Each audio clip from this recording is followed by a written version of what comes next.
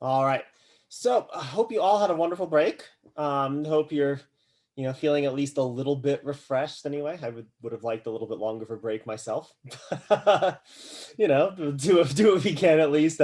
So you all in group one, you've got two more sessions. So we'll meet today and then we'll meet next week, same time, and get you finished up with everything. You'll have a little bit shorter of a final exam than everyone else because your group, you're just gonna have to skip going through a lot of the stuff with the statistical inductive arguments. So watch those videos. There might be one or two little questions on it, but you won't have any big problems or anything to do on the exam concerning any of that material from the week 13 module. So you only really need to worry about this module for week 12 and then the week 14 module, which is what we'll talk about next time.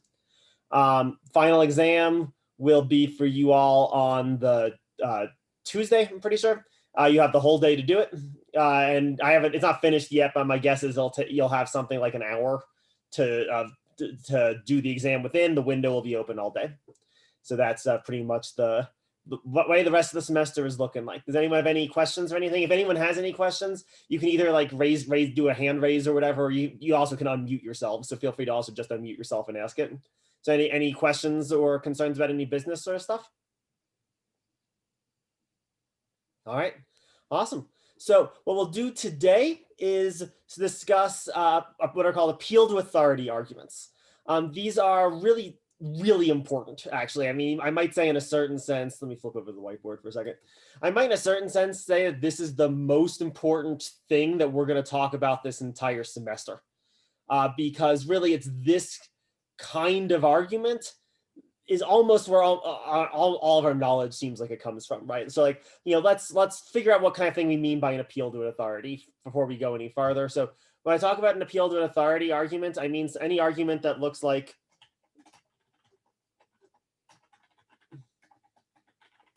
believe that something is true because I'm telling it to you.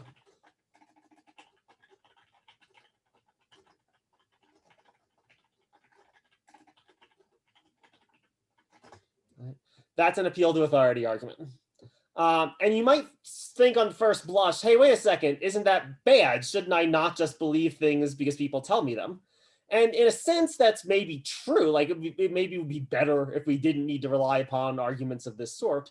But if you actually go through and take stock, almost everything you believe at root you believe because someone told you it was true, right? I mean, have any of you actually been to Kazakhstan? I wish. Yeah, yeah, right. Right. I mean, but yet you all believe there's a country called Kazakhstan. Why?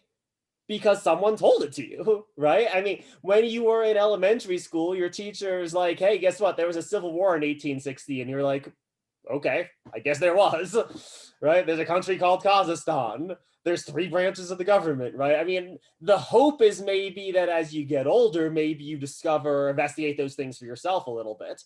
But at least at first blush, you believe it because you were told it. You were told it by someone you thought was trustworthy. And all the more so, this is sort of prevalent with your parents, right? Your parents told you a whole bunch of stuff when you were young, and you believed them because of who they were, right? Because you took them to be trustworthy sources. This isn't necessarily a bad thing. A lot of or at least not a lot, but a few logic textbooks will say that all appeals to authority are bad. And I think that's just wildly wrong. I mean, if you were, so let's say you went to Kazakhstan and you asked the average person on the street, hey, what's the capital of Kazakhstan? And they all gave you an answer. I think you're entirely justified in believing them, right? Because they're people who you would have every reason to suspect would know the answer to that question. And if you had to go investigate every single topic for yourself, starting from scratch, we would get nowhere in life. You wouldn't be able to get out of bed in the morning each day, right? We have to sort of rely upon and take advantage of all the good work that other people have done. The downside is a lot of people tell us things that aren't true. Right. So certainly these are very powerful, useful kinds of arguments. The danger is that this argument's only going to be reliable if the person who is telling it to you is actually reliable.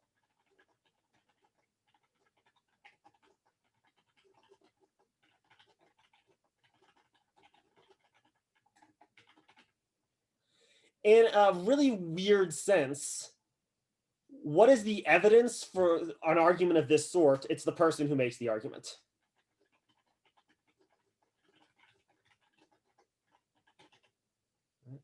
If I tell you to believe something because I tell you it's true, but I'm a pathological liar, you shouldn't believe me.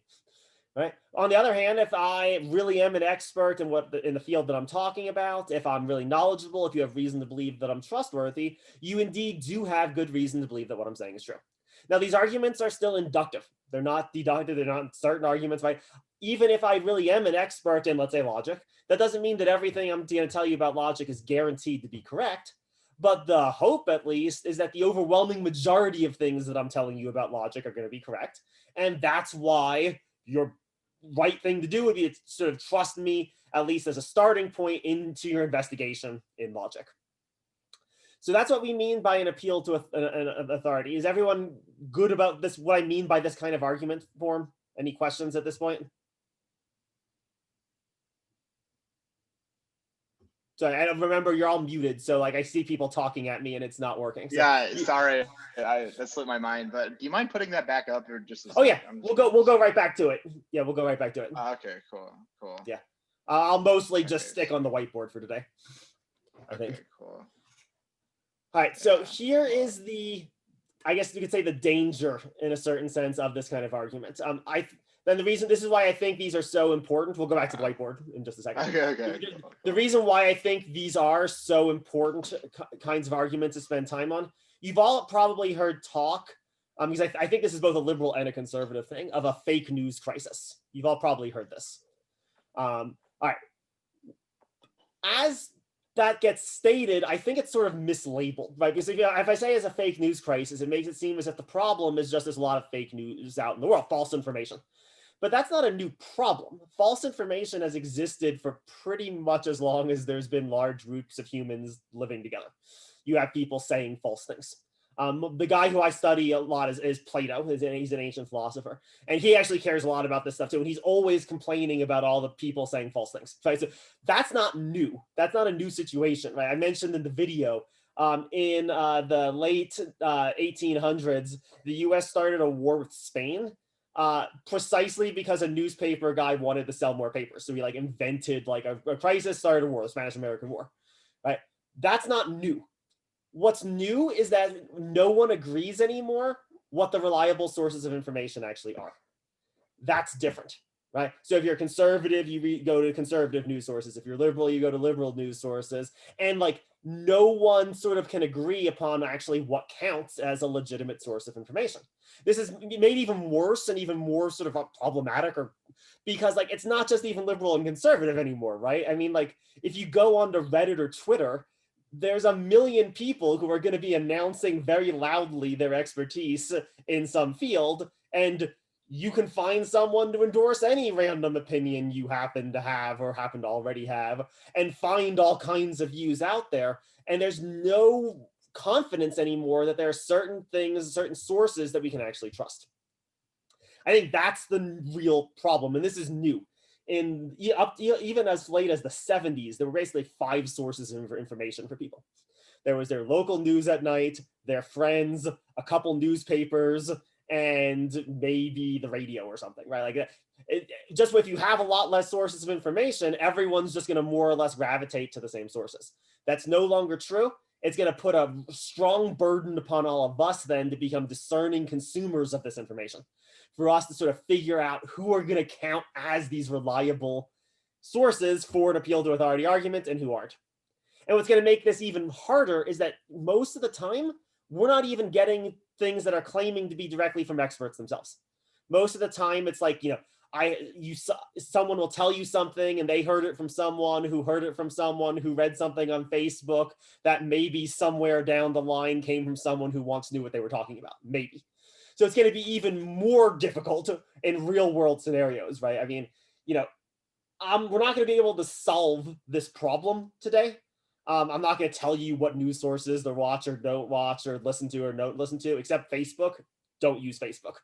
Facebook is the worst possible source of information. But other than that, I'm not going to tell you what sources of information are reliable or not. What I'm going to try to give you today are some resources and tools that you can use to almost just be a more thoughtful consumer of information. So that when you sort of are exposed to something, you can almost sort of ask some questions of it rather than just sort of uncritically accepting whatever you encounter. a dangerous fact about human beings: we tend to believe the first thing that we hear, and it's really, really hard to get us to change our minds. And why is that bad? Well, if the first thing we hear is wrong and we just accept it, it's going to be really hard for subsequent evidence to get us to change our views. So I guess that's sort of our goal: give you some resources and tools you can use to sort of critically evaluate the information when you first get it, so you don't just sort of blindly accept it. You can ask, is this good information? Is it bad information? Right. So that's a very long preamble. It's probably the longest preamble I've done for the entire semester for one of these things. I really do think, though, this is sort of the crisis of our era, is this sort of crisis of a lack of expertise, or a lack of confidence in expertise. So I think we'll right now, I'm just going to turn to the in-class activity. So sort of the problem sets, I guess. These will be a little bit simplified compared to some of the scenarios you're going to encounter in the course of normal life. But at the very least, they're going to be, helpful enough to sort of start developing some resources, start giving you some questions to ask when you encounter sources of information. So does anyone have any comments, questions, or anything before I dive into the week 12 in-class activity?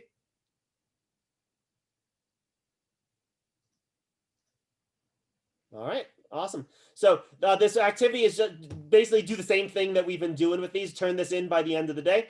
I'll be going through the examples on the whiteboard. I'll mostly be on the whiteboard the rest of the class for today. And so yeah, just write them down, get them submitted by the end of the day like we normally would. All right, so let's start with number 1. All right. So here we've got an appeal to an authority argument. It's a commercial, right? So a commercial claims that a specific brand of cereal is the best way to start the day because the athlete Michael Jordan says that it's what he eats every day for breakfast. All right. And then this is a very common kind of argument. Right? Indeed, a lot of commercials really are nothing but sort of like appeals to authorities, hidden better or worse. All right, so let's start analyzing this claim. Let's do this one together, and then I'll give you a minute or two of subsequent ones to try it on your own first. Let's, for a minute or two, talk about this one together. All right, so in every one of these problems today, there's going to be some cause for concern. There's going to be some reason to be suspicious of the testimony. It'll always be the case. Again, this is such a weird kind of argument. Believe something is true because I'm telling you it's true. There's always going to be some problem. There's always going to be some cause for reticence. So first claim, you want to figure out what are some reasons to be concerned here.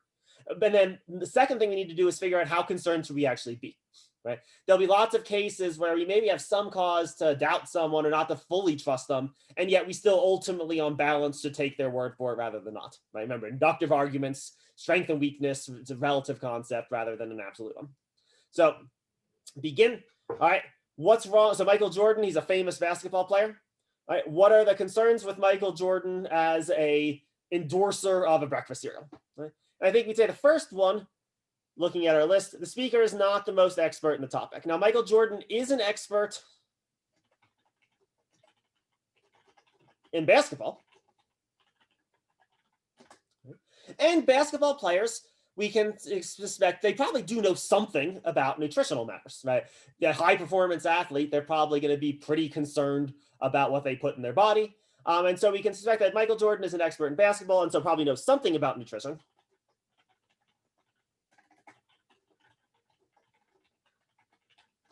But he's not the most expert person we could find, right? He's not a nutritionist himself. He's not specialized in the topic.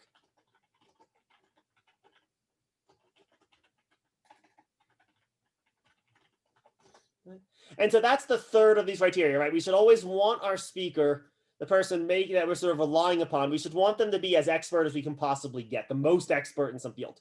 Right? And so a nutritionist is more authoritative than Michael Jordan. If that was the only problem here, I think we'd still say this is a reasonably strong argument, though. Right? It's often the case that you can't find the most authoritative person or the person with the most expertise in the topic. But if we have reason to think that Michael Jordan knows something about it, in light of some more specialized expert coming in and saying, hold it, Michael Jordan, Wheaties suck or something, right? If a nutritionist came in and did that, fine, we should trust the nutritionist over Michael Jordan. Right? But other than that, we still at least have some cause to take him seriously or treat him as a kind of serious speaker. The problem is that this isn't our only concern. Michael Jordan also has an enormous conflict of interest here.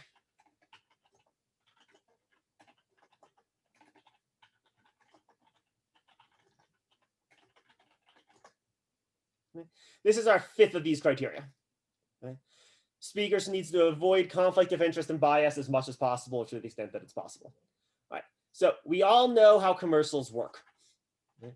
And let me ask you the question like this. So let's say this was Wheaties. Let's say the commercial, the cereal brand was Wheaties. All right, so we imagine Wheaties is paying Michael Jordan a pretty good chunk of money to say that Wheaties is the best breakfast cereal, right? Let's say they're giving him $10 million to say it. What do you imagine would happen if a year in the future, I don't know, Cheerios gives Michael Jordan $30 million to say that Cheerios is the best breakfast cereal?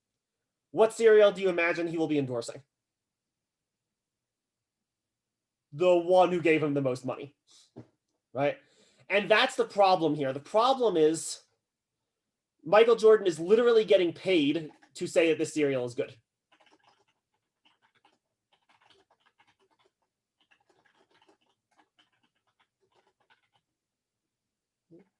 And that's why he's saying it.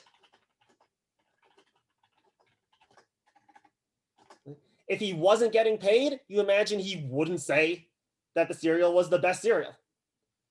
The problem with a conflict of interest, let's maybe take a step back for a second. When we talk about a conflict of interest, what I basically mean is where you have some motivation or incentive from the standpoint of self-interest to say what you're saying. Everyone has conflicts of interest all the time. I have a conflict of interest right now in teaching to all of you. My conflict of interest is that the more people take my class, the more likely it is I'll continue to be employed by the university. Right? It's the kind of conflict of interest. You all have conflicts of interest when you talk to me. Your conflict of interest is you like to get a good grade in class. Right? We all have conflicts of interest. Everyone's going to have a conflict of interest somewhere down the line, right? We are all sort of bound by practical necessities of various sorts. That in and of itself isn't the problem. But if you believed that I was only saying the things that I was saying because I wanted to keep my job, not because I thought they were true, you shouldn't trust me. The only reason you can trust me as a teacher is because you believe that I'm saying what I'm saying because of my expertise in logic. I'll put it that way. I'm sort of a mouthpiece for logic, which is a highfalutin way of saying it. But it's almost as if I'm sort of like, logic is speaking through me. That's why I'm trustworthy, right? And so the more of my sort of idiosyncrasies come in and get in the way of that, that's also where a bias can be a problem, right?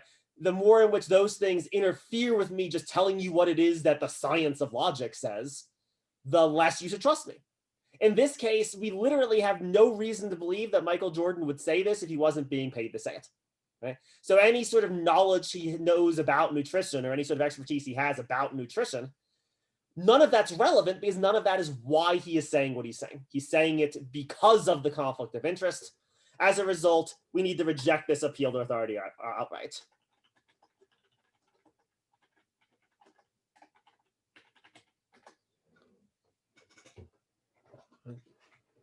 This isn't a case where he has a conflict of interest, but he's trying to mitigate it in some sense. He's literally saying what he's saying because he's getting paid to say it. And he'd say the opposite if he got paid to say that.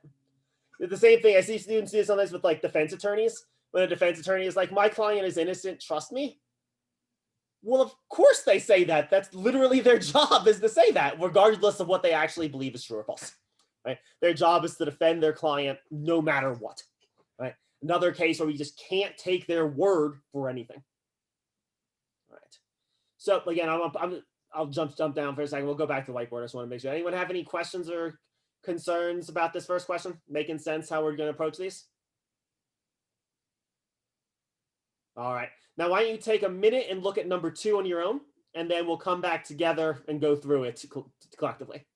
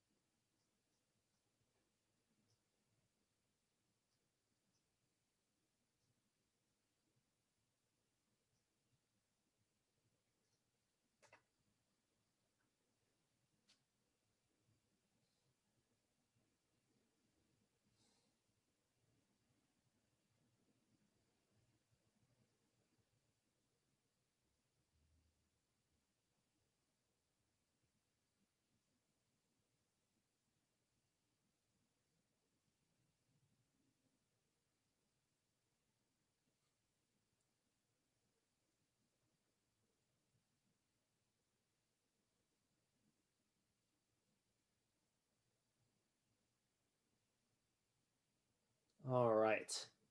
So let's start talking about this one. In this case, the relevant criteria is going to be the second one. Oops, sorry, back. There. Relevant criteria is going to be the second one. That's the one that's going to be at play here. I was saying this a moment ago that when I'm talking to you as an expert in logic, right, the only reason you should listen to me is sort of because it's not because of me, it's because that I'm sort of just this sort of vessel or vehicle through which logic gets told to you all, right? And that the more of my sort of individual biases or my conflicts of interest, the more that those sort of like push me or shape what I'm saying, the less you should listen to me, actually. And so the goal is to be as much as possible that I minimize all of that stuff, that I'm just telling you what logic says.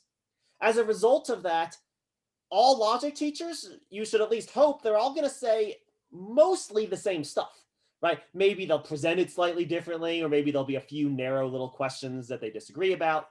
But more or less, the hope should be that every logic professor is going to say the same thing, right? As much as possible, at least, because again, it's sort of the science of logic is what's talking, right? That's what sort of makes the person the expert, is possessing that. In this case, we've got someone, and this is going to be a really useful case to get even clearer about what we mean by an appeal to authority argument. Here we have a scientist who is an expert in the relevant field. This is a climate scientist.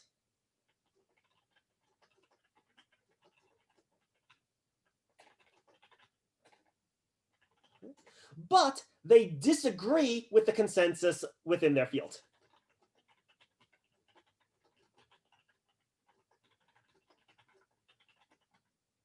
Now, in and of itself, that's not a bad thing at all. That's actually how science advances. Science advances when you get weird outliers saying weird, crazy things and then trying to prove their case and trying to change their colleagues' minds. That's perfect. That's how science is supposed to work. But in a case like this, we can't rely upon the person's word or just take their word for it, because other experts don't agree.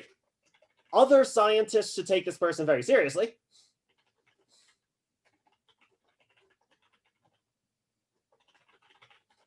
But we, non-experts, should go with the consensus. Because as non-experts, we're not really qualified to determine who's right, right? Because, we have a case here where, say, last time I checked, it was something like 97% of climate scientists thought that global warming was occurring and was caused by human beings. That's actually a really high percentage. It's a higher than the percentage of doctors who think penicillin works on killing bacteria. Last I saw, that was 95%. So, that's the consensus in the field is that, looking at all the data, the conclusion is global warming is taking place and it's caused by human beings. Now, we're not in a position as non-experts to actually analyze those claims for ourselves. We're sort of relying upon the experts to do it. This scientist has come to a different conclusion than the overwhelming majority of other experts in the field. So why should we take his word for it as opposed to the word for it of all those other scientists, right? We can't take the claims seriously because we can't evaluate them.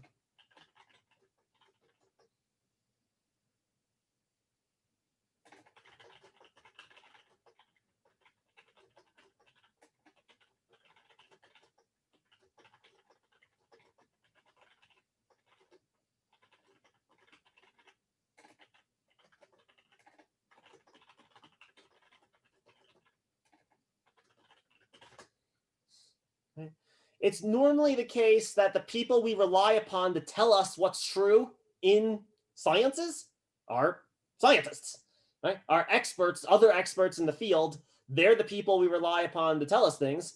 And the other experts right now are saying this one scientist is not right. And so we have no reason, therefore, to take his word for it. Now, that's, again, if this other scientist can persuade all of his colleagues and the consensus in the discipline changes, then we should change our views to go along with the change in the consensus. Again, that's the process of science, that's fine. But we can't just take this one scientist's word for it, because all the other scientists, or most of the other scientists, are going to say something different. Okay? And this is another case where we should reject this argument altogether.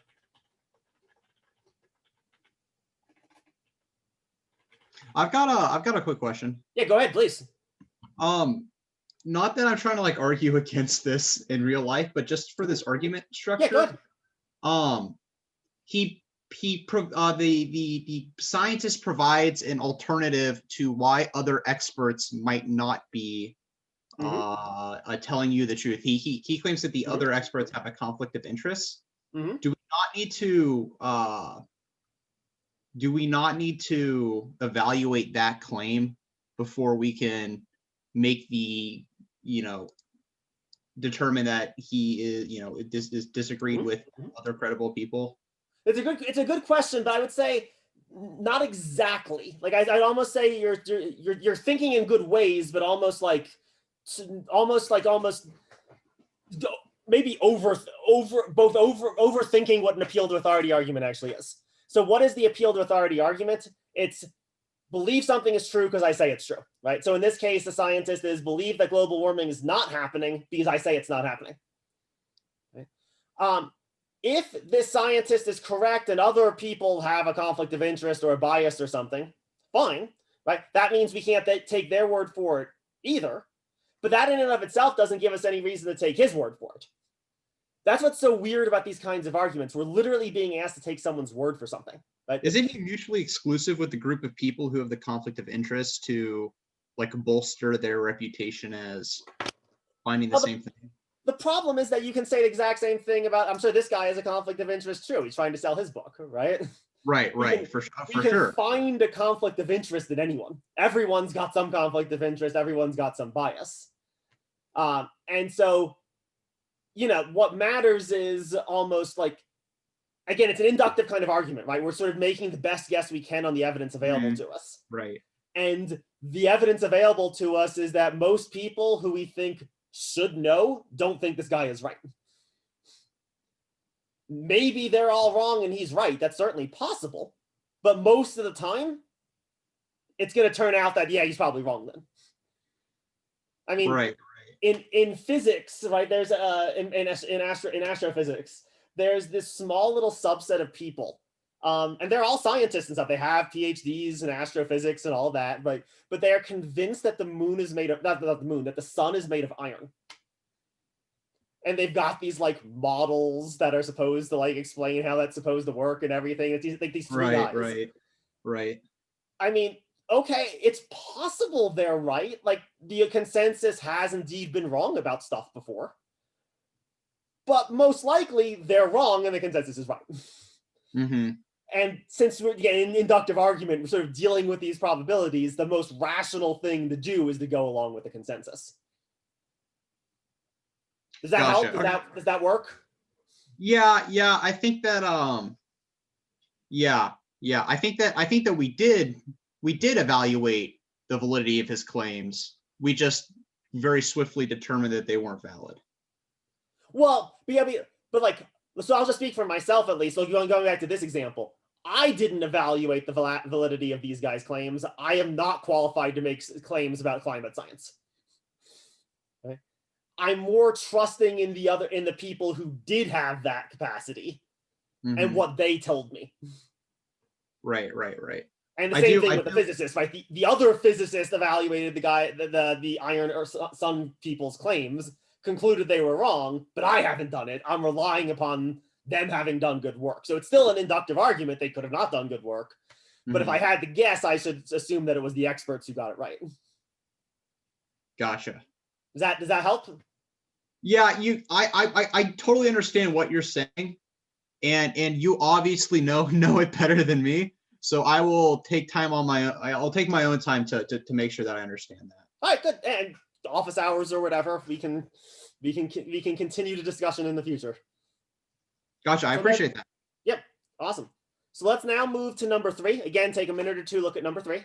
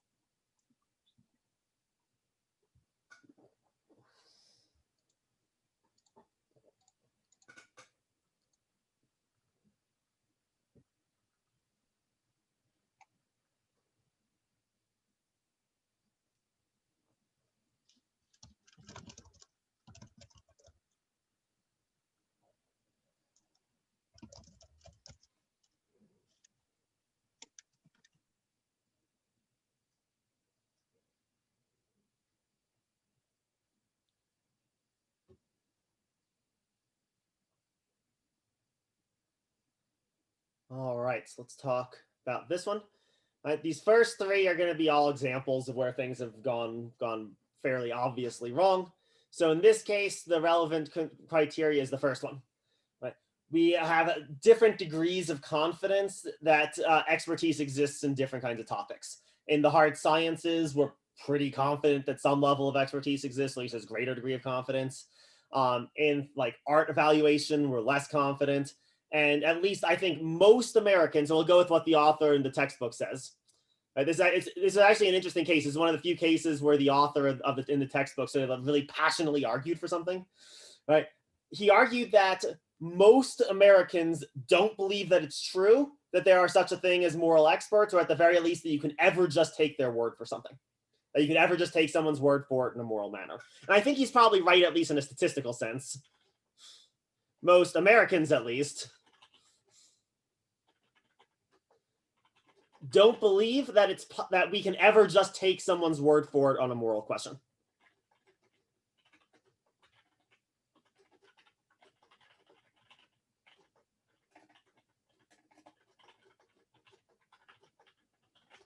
And the author in the textbook, Balin, her argument was that, yeah, like, you know, in a case of morality, like since I'm individually going to be responsible for what I do, it's up to me to decide what I think is right and wrong. I can never just take someone's word for it. Right?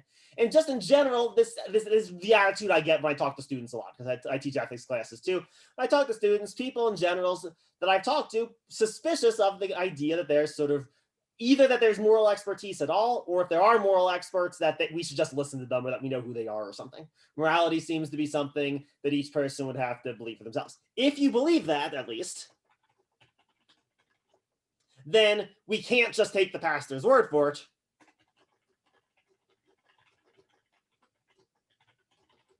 And we'd have to evaluate the pastor's argument. Actually, the pastor would have to present evidence and we'd have to evaluate it.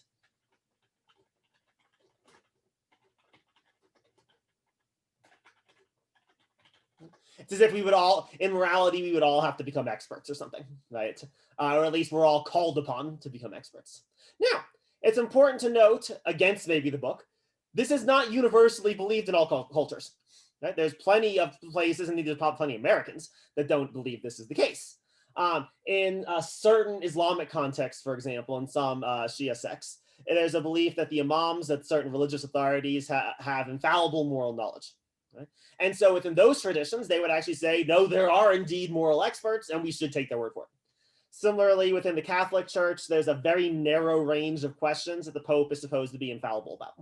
And again, if you thought that was the case, at least in that very narrow range of questions, you indeed could take the Pope as a kind of moral authority. We don't need to decide this question for ourselves. So I can just word it sort of with this like conditional, right? Like if you agree at least with the textbook that this isn't a field, you would have to reject the argument.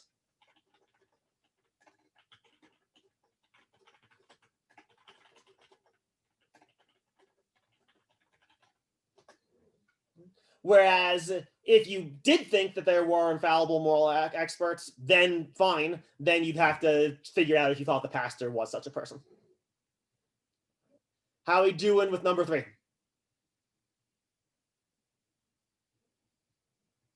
All right, good. Let's move on to number 4 then. Here, the rest of them are going to be a little bit more nuanced. So the first 3 are cases where we can sort of clearly reject things. And the next 4, it's going to be a little bit more nuanced. So maybe look at number 4 first. Take a couple minutes again.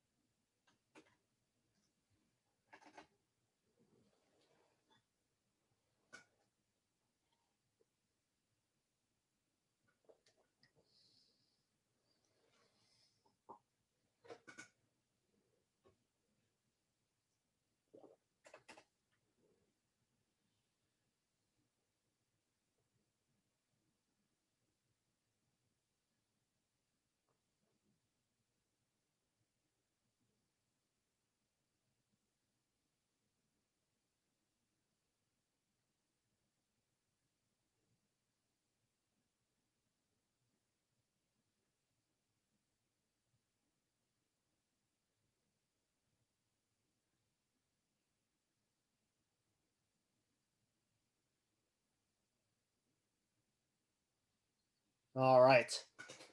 So in this case, again, the relevant criteria, you've talked about it before, is this third one, right? We should want the most sort of expert person we can find.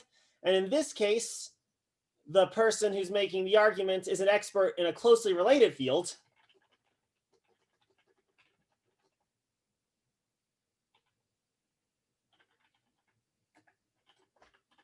They're an expert in opioid addiction. And so therefore, they don't specialize in alcohol addiction.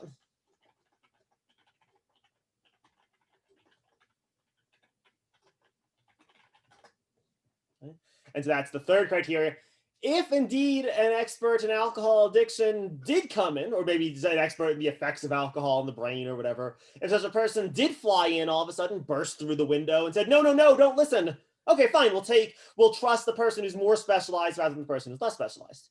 But in this case, at least in light of the higher expert or the more specialized expert coming in and objecting, we have pretty good reason to say that these fields are pretty close.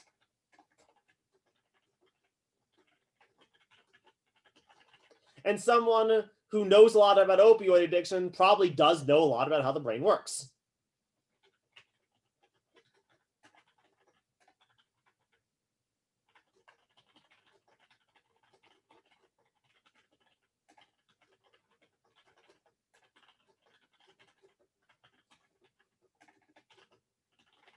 And so in this case, I think we would still want to accept the testimony.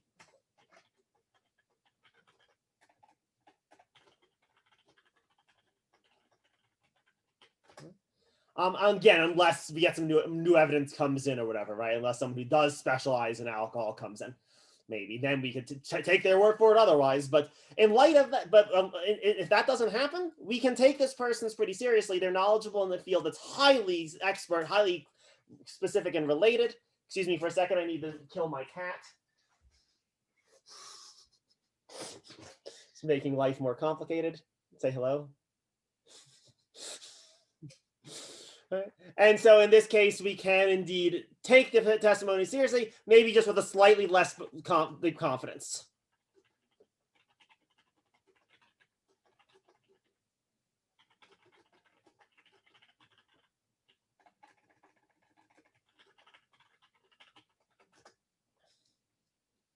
Doesn't have to be all or nothing. We can still be reasonably confident, but aware of this potential gap that makes us less confident than we otherwise would be. How are people doing with 4? All right, let's keep on doing. Oh, go ahead. Oh, sorry, I said doing well. Oh, doing well. Good, excellent. All right, let's go to number 5. Again, take a minute.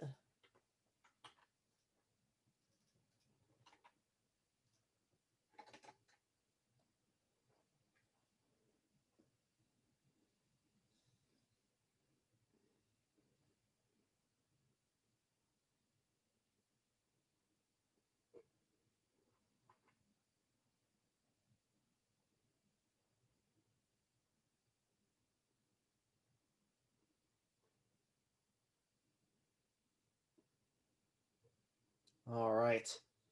So this is one of the more challenging cases, I think, and it's sort of a real world one. This is a challenge that all of us are going to face. What's the issue here? So the issue, number 5, right, the existence of a conflict of interest.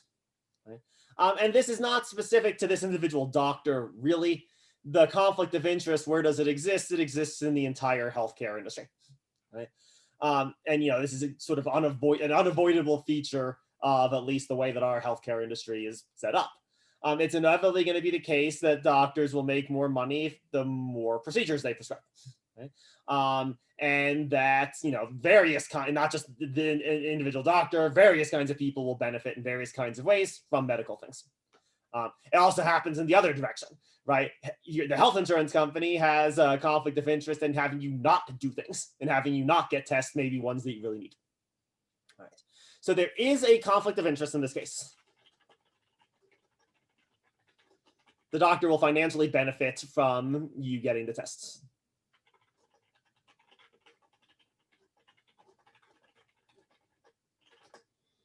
All right. Now, one thing that's worth noting, the doctor in this case has disclosed the conflict of interest.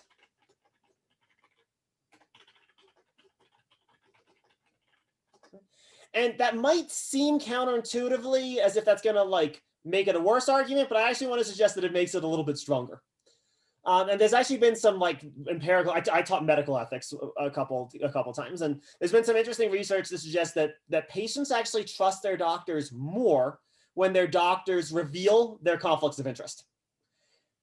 And I think that actually makes sense. That's an example of us being smart.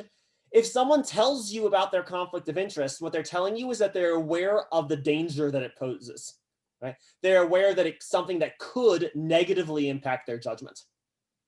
And that's why it's not as relevant in a logic class, but I teach a lot of history of philosophy classes.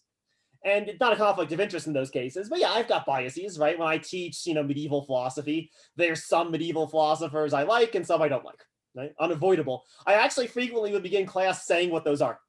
Like, hey guys, we're going to read Al-Ghazali today, and he's not my favorite, right? And so I'm going to, by announcing that, I'm trying to tell people, I'm a person too. I've got conflicts of interest. I've got biases, but I'm letting you know those things so that I myself can try to avoid them and mitigate their negative effects. The goal is not to not have a conflict of interest. It's to minimize the effect that it has. So by disclosing the conflict of interest, that increases our confidence in the trustworthiness of the doctor.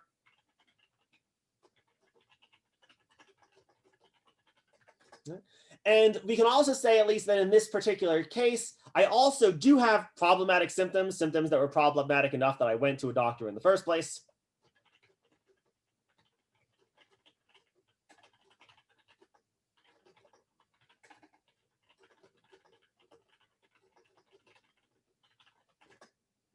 So in this case, even though I am aware that there's a conflict of interest and that it could be distorting what my doctor is telling me, nevertheless, probably the rational thing to do in this case is to go along with the doctor.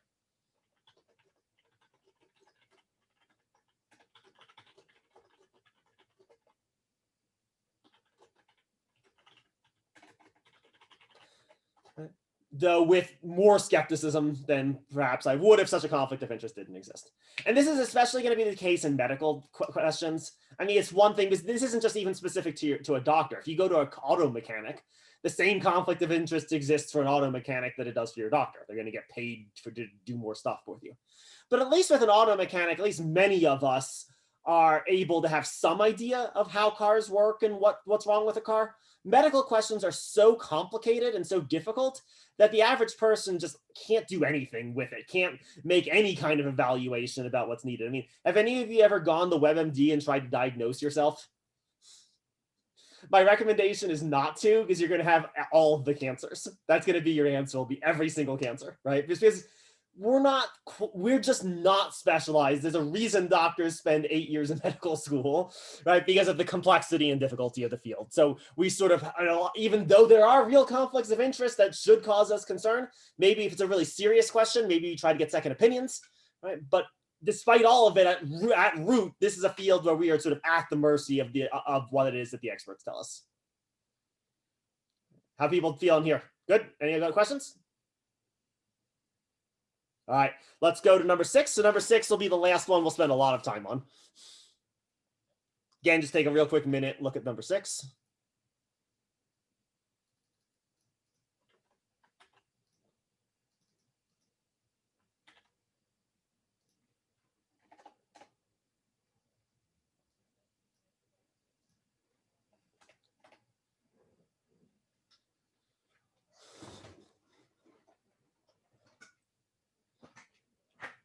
All right, so this is a good chance to talk a little bit about how academia actually works, because students often don't know. The relevant question here is this question of what we mean by peer review. So I can just tell you right now, when you hear that a paper is unpublished, that means that the paper hasn't been peer reviewed.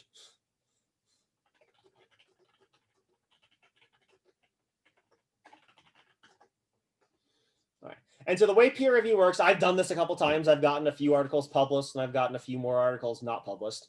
The way peer review actually works is I submit the paper. In academia, it's double blind. So the people reviewing my work don't know who I am, and I don't know who's reviewing my work. And The people review the work, they say almost always, that's not good enough, try again. Right, fix this problem. You are arguing Plato said this, but you didn't prove that Plato said this. Go back and do better work. And then you continue to work on the paper until it gets accepted. Right, this is the peer review process. It's sort of related to this idea of agreement amongst experts. When I've gotten two papers published, the reviewers didn't even think I was right. They just thought that I had made an interesting enough case, at least, that it was worth other people to waste their time looking at the paper. Right? That can give you a greater degree of confidence that the claims that I'm making are worthwhile. Right? They've been checked by other experts.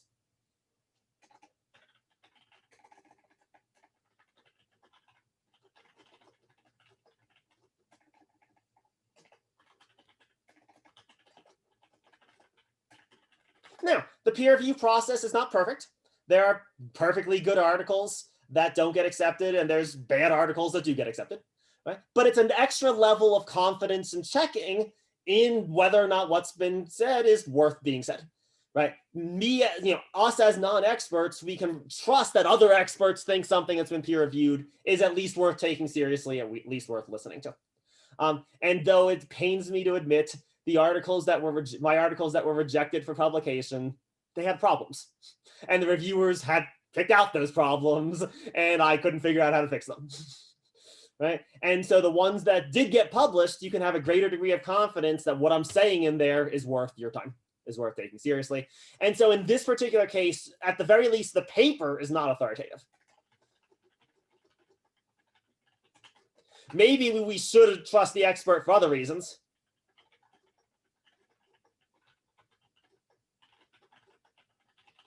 But we shouldn't trust the paper, at least, until it's been peer reviewed.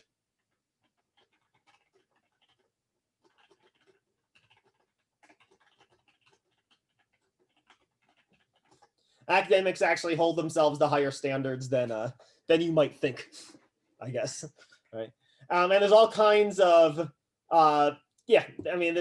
again, peer review is not a perfect system, but again, it should just give you more confidence in something that hasn't been peer reviewed. You should be suspicious of it, because the great thing about academia is you all could submit any paper you want for publication too. Right? There's no qualifications you need to submit a paper for publication. Therefore, until the paper's actually been peer reviewed, you can't take much from it. All right. How people doing? Good. All right. Let's real fast just go through number 7. So in the case of number 7, and we can do this one really fast. This is basically just a sort of a more of a real world scenario, right? Where someone just comes up to you and says, hey, guess what? Eating meat is unhealthy. What kinds of questions should you ask? Well, basically you should ask questions about all 7 of these criteria. You should ask, do other experts agree that meat is dangerous or meat is unhealthy? You should ask, what is the actual expertise or qualification of the person making the claim?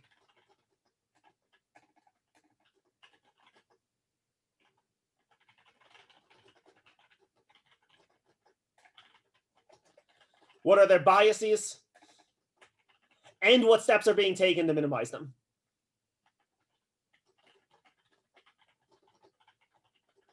Let's say this is also a group that promotes vegetarianism for ethical grounds too. Fine, right? That's not exactly a problem that if they want to promote vegetarianism for ethical grounds, but that should be an entirely separate concern from the health impacts. And you should demand that they keep those concerns separate, that they're taking steps to minimize those effects. Right? Questions of that sort. Have they been peer reviewed?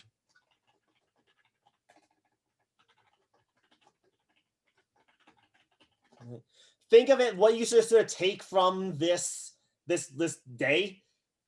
You should be asking questions of all the sources of information you acquire. Why are they telling you the information? How are they qualified to make the information? And how is it related to information coming from other sources? And if you do that, you'll at least be a better consumer of information anyway. And that's at least all that we can accomplish anyway in a 10-minute class or whatever. All right, that'll do it for today. So we're at our time limit. So stick around and chat for a few minutes if you'd like. I'm just going to send, I have another class at noon, so I'm just going to send the Zoom link to them real fast. Otherwise, just make sure you get this turned in by the end of the day. And I will have office hours as normal tomorrow. I'll also talk to you all next week too. So thank you very much. Have a good one. Thank you.